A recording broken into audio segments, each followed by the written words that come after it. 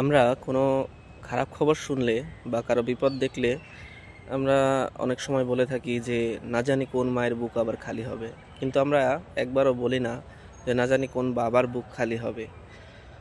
আমাদের সুখের জন্য বা আমাদের ভালোর জন্য বাবা মা কিন্তু বিভিন্ন দিক থেকে তারা দুজনেই কিন্তু সমানভাবেই ত্যাগ স্বীকার করে, হয়তো একটু আলাদাভাবে, কিন্তু দুজনেই কিন্তু অনেক ত্যাগ স্বীকার করে। তো আমরা এটা না বলে কিন্তু বলতে পারি যে না জানি কোন বাবা মায়ের বুক খালি হবে, বা না জানি কোন বাবা মায়ের স্বপ্নভঙ্গ হবে, কোল খালি হবে, এই কথাটা কিন্তু বলতে পারি। কিন্তু সেটা না বলে আমরা শুধু মায়ের কথাটাই উল্লেখ করি। আমি এটা বলে মাকে ছোট করছি না, শুধু এটা বলতে চাচ্ছি যে বাবা মায়ের গুরুত্ব যে আমাদের জীবনে একই রকম, সেটাই বোঝাতে চাচ্ছি যে দুজনেই নানা রকমভাবে আমাদের জীবনে ত্যাগ স্বীকার করে থাকে, দুজনেই নানা রকমভাবে আমাদের জীবনকে পরিপূর্ণতা দান করে। তাই আমরা কিন্তু এটুকু বলতেই পারি যে না জানি কোন বাবা মায়ের কোল খালি হলো, বা ভালো খবরে আমরা বলতে পারি না জানি কোন বাবা মায়ের স্বপ্ন পূরণ হলো।